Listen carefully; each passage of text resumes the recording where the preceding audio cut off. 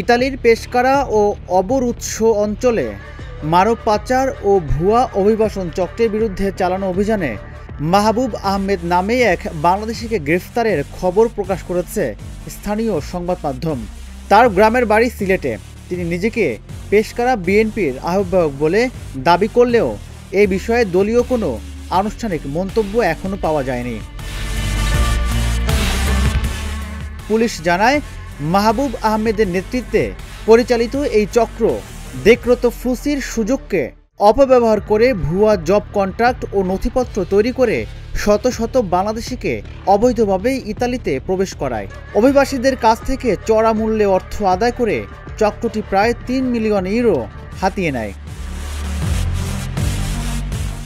তদন্তে আরও জানা গেছে, এই চক্রের বিরুদ্ধে অবৈধ অভিবাসন পরিচালনা, ভয়ভীতি প্রদর্শন এবং ডাকাতির মতো গুরুতর অভিযোগও রয়েছে।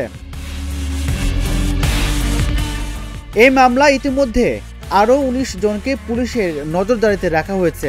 তাদের অনেকেই নথি প্রস্তুত, অর্থ লেনদেন এবং লোক সংগ্রহের কাজে যুক্ত ছিল বলে ধারণা করা হচ্ছে।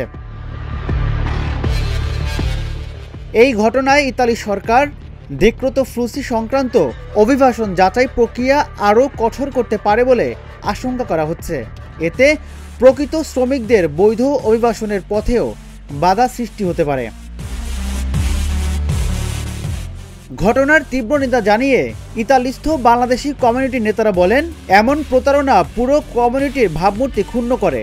তারা দ্রুত বিচার ও দৃষ্টান্তমূলক শাস্তির দাবি জানিয়েছে। Dhaka journal news desk.